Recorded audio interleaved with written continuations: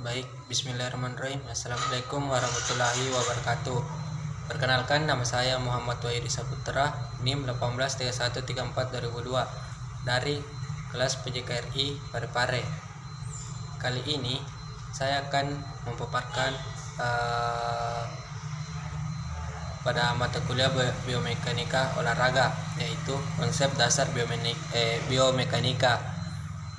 Baik, kata biomekanika berasal dari bahasa Yunani kuno atau bios yang artinya hidup dan mekanik yang artinya mekanik, untuk menuju pada studi tentang prinsip-prinsip mekanisme organisme hidup, khususnya gerakan dan struktur. Kata biomekanika pada dasarnya terdiri dari dua bagian, yaitu bio dan mekanika. Awalan bio menunjukkan bahwa biomekanika ada hubungannya dengan sistem hidup dan biologis.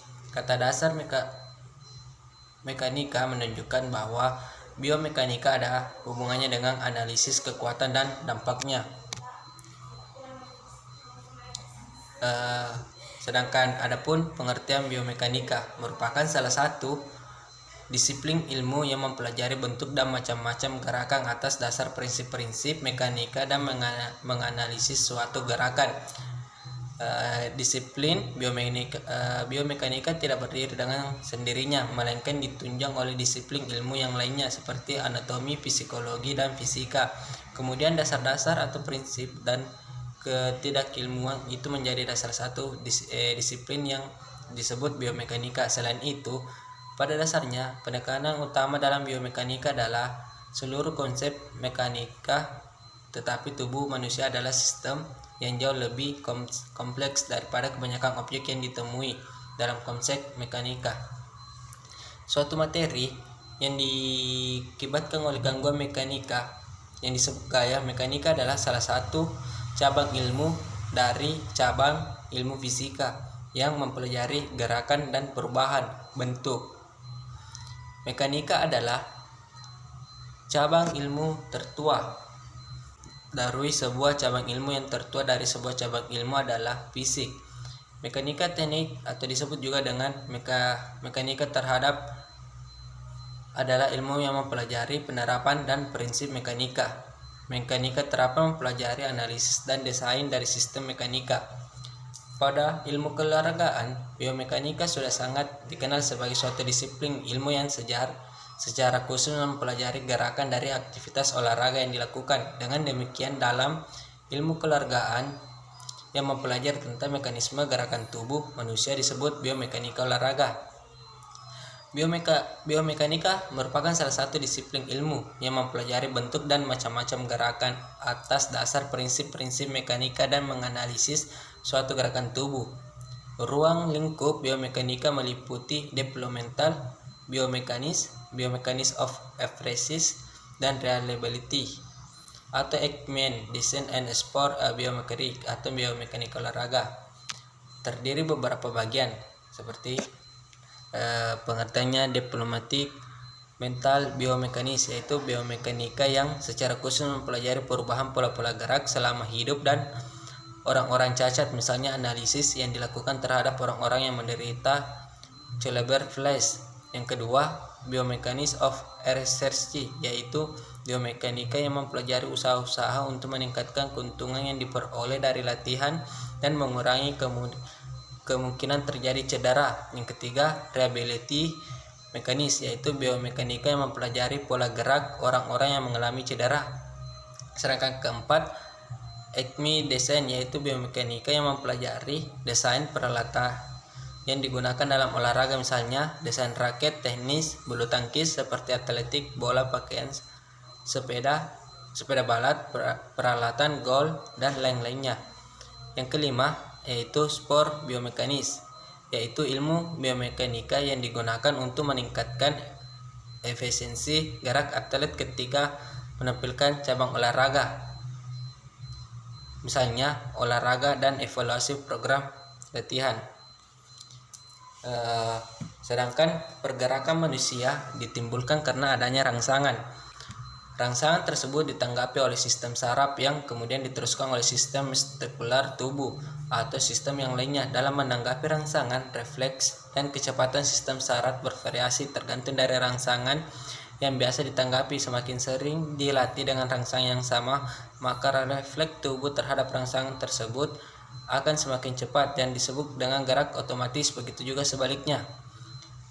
Adapun proses atau poros gerakan dalam pergerakan manusia terdiri dari 3 bagian, di antara lain yaitu bidang sagittal, merupakan bidang yang membagi tubuh menjadi 2 bagian, yaitu kiri dan kanan. Bidang ini dikenal juga dengan proses anterior posterior. Yang kedua, bidang frontal atau transversal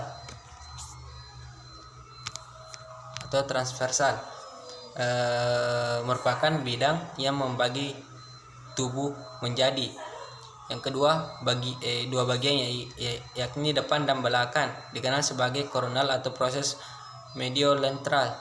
Yang ketiga, bidang horizontal merupakan bidang yang membagi tubuh menjadi 2 bagian, yaitu atas dan bawah, dikenal sebagai proses melintang. Yang kedua, adapun 2 kinematik linear dan angular. Kinematik adalah cabang di dinamika yang berkaitan dengan deskripsi gerak. Gerak adalah aksi atau proses dari suatu perubahan posisi. Gerak adalah suatu proses perubahan posisi. Gerakan berhubungan dengan satu proses posisi atau satu tempat ke tempat lain, atau dari satu titik ke titik yang lain. 2 hal ini adalah dibutuhkan pada gerak yang terjadi pada ruang dan waktu. Ruang untuk bergerak di dalamnya adalah waktu yang dibutuhkan selama gerak. Untuk melakukan studi gerak lebih mudah kita mengklasifikasi gerak linear, angular, dan general dari keduanya. Kinematik yaitu membahas tentang gerak benda itu sendiri berkaitan dengan masalah ruangan dan waktu tanpa melihat apa penyebab bergeraknya benda tersebut. Aspek-aspek yang terdapat di dalamnya adalah jarak, kecepatan, waktu, dan percepatan. Misalnya dalam lomba 400 meter di trek 400 meter, jarak 400 meter, namun perpindahan mereka akan menjadi 0 meter start dan finish pada titik yang sama. Kecepatan menggambarkan tingkat di mana tubuh bergerak dari satu lokasi ke lokasi lain. Rata-rata kecepatan dari tubuh diperoleh dengan membagi jarak dengan waktu yang dibutuhkan dengan kecepatan rata-rata diperoleh dengan membagi perpindahan dengan waktu yang dibutuhkan. Misalnya seseorang berenang dalam lomba 500 meter di kolam panjang 25 meter yang menyelesaikan balapan di 71 detik jarak 50 meter, dan pemindahan perenang adalah kembali ke tempat mereka mulai, sehingga kecepatan adalah 50/71 sama dengan 0,70 m, dan kecepatan adalah 0/71 sama dengan 0 ms. Adapun percepatan didefinisikan sebagai tingkat di mana perubahan kecepatan terhadap waktu. Percepatan rata-rata sama dengan kecepatan akhir, kecepatan awal, waktu bagi berlalu, jarak, dan kecepatan dapat digambarkan dalam besarnya jumlah dan dikenal sebagai skalar. Pemindahan kecepatan dan percepatan membutuhkan besar dan arah dan dikenal sebagai vektor. Ketika tubuh mengalami percepatan yang sama di seluruh selang waktu, percepatannya dikatakan konstan atau seragam dan persamaan berikut. Kecepatan akhir sama dengan kecepatan awal plus percepatan kali waktu. Jarak kecepatan awal kali waktu plus 1/2 kali percepatan kali waktu. Dalam kinematika sejatinya gerak hanya ada 2 macam, yaitu gerak lurus linear, sedangkan gerak melingkar angular. Namun seseorang atlet dapat bergerak dengan 3 cara yang berbeda. Gerakannya bisa linear, yaitu dalam garis lurus, bisa reguler dalam bentuk rotasi, atau bisa juga gabungan kombinasi yang disebut dengan sebagai gerak umum, gerak monoton dalam olahraga. Kombinasi kedua gerak ini yang paling sering terjadi, dan gerak angular yang paling dominan dilakukan oleh atlet.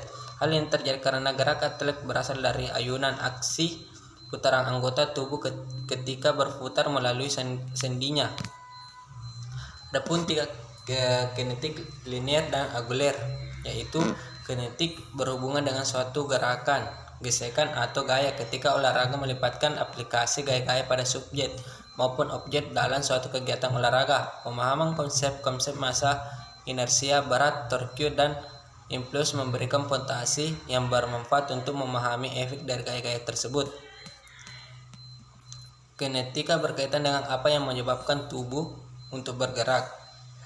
Kinetika berhubungan dengan suatu gesekan atau gaya ketika olahraga melibatkan aplikasi gaya-gaya pada subjek dan objek suatu kegiatan olahraga.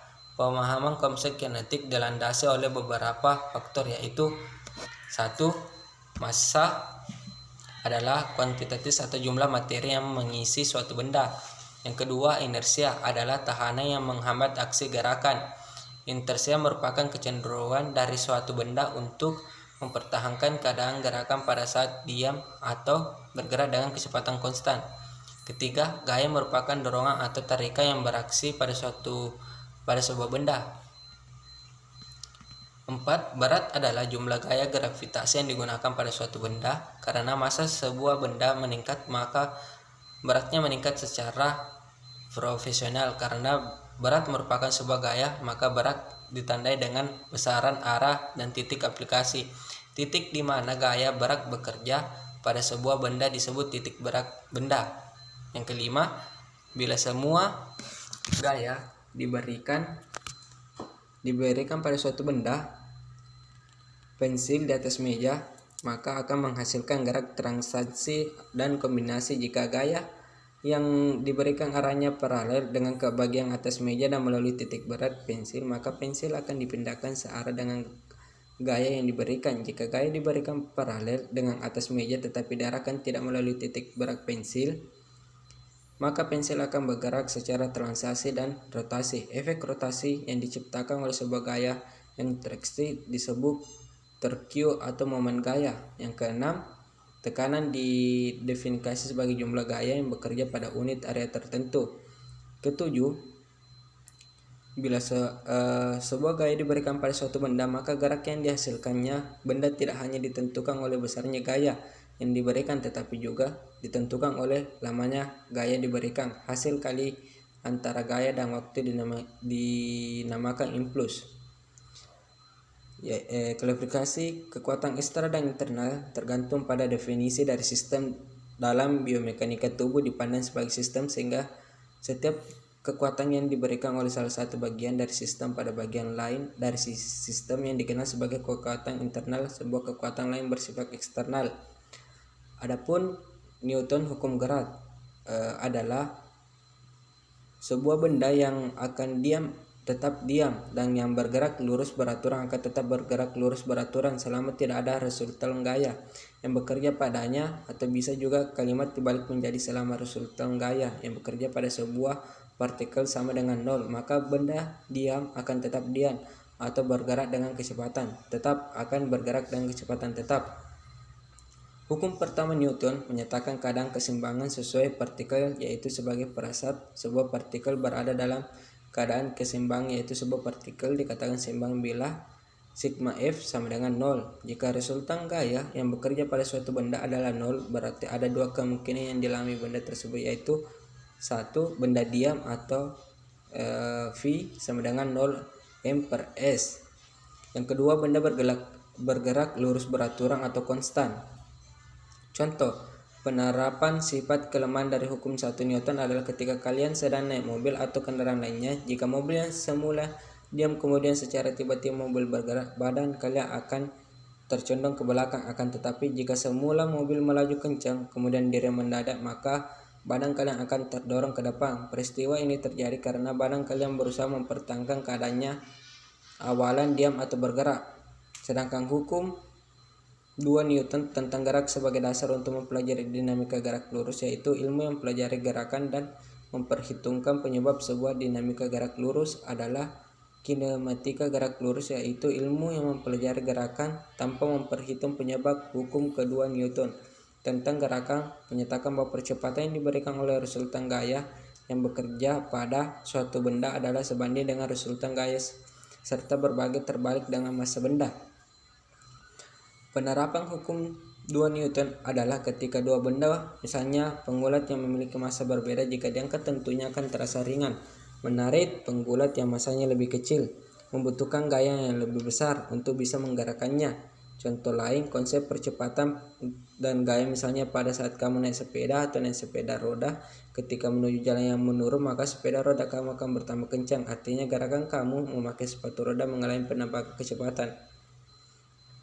Jika hukum Newton ketiga tetap bergerak mengatakan bahwa jika benda pertama mengajarkan gaya pada benda kedua, maka benda kedua akan mengajarkan gaya pada benda pertama yang besarnya sama dengan arah berlawanan. Hukum ketiga Newton menyatakan bahwa jika suatu gaya aksi diberikan pada suatu benda, maka benda tersebut akan memberikan gaya reaksi yang sama besar dan berlawanan arah dengan gaya yang diberikan. Sedangkan hukum 3 Newton secara matematis dapat ditulis dalam bentuk persamaan sebagai berikut. Faksi atau reaksi. Konsep fisika dari aksi reaksi sebagai berikut, yaitu ada beberapa bagian. 1. Pasangan aksi reaksi ada bila dua benda interaksi. 2. Aksi reaksi bekerja pada dua benda yang berbeda. 3. Aksi reaksi sama besar tetapi berlawanan arah. Contohnya, pasangan gaya aksi reaksi adalah seorang anak memakai skateboard dan berdiri menghadap tembok. Jika anak tersebut mendorong tembok praksis, maka tembok akan mendorong tangan dengan besar gaya yang sama tetapi berlawanan fraksi, sehingga anak tersebut terdorong ke belakang. Saat palu memukul ujung paku, berarti palu mengajarkan gaya pada ujung paku faksi, maka palu akan memberikan gaya pada palsu fraksi. Ketika kaki atlet renang menolak dinding tembok kolam renang faksi, maka tembok kolam renang akan mengajarkan gaya pada kaki perenang fraksi sehingga perenang terdorong ke depan. Sedangkan hukum Newton gravitasi, setiap dua partikel materi menarik satu sama lain dengan kekuatan secara langsung proporsional dengan produk massa mereka dan berbanding terbalik dengan kuadrat jarak antar mereka. Sedangkan energi kinetik dan forward, energi kinetik sama dengan 1/2 kali massa kali kecepatan joule. Energi kinetik adalah energi mekanik yang dimiliki oleh benda yang bergerak. Daya didefinisikan sebagai laju di mana energi yang digunakan atau dibuat dari bentuk-bentuk lain sepertinya. Contohnya, daya sama dengan energi yang digunakan bagi waktu yang dibutuhkan. Daya kali jarak bagi waktu yang dibutuhkan. Daya sama dengan gaya kali kecepatan. Mungkin itulah hasil paparan saya pada mata kuliah biomekanika yang bisa saya sempat sampaikan. Apabila ada kekurangan mohon dimaafkan. Wabillahi taufiq wal hidayah. Wassalamualaikum warahmatullahi wabarakatuh.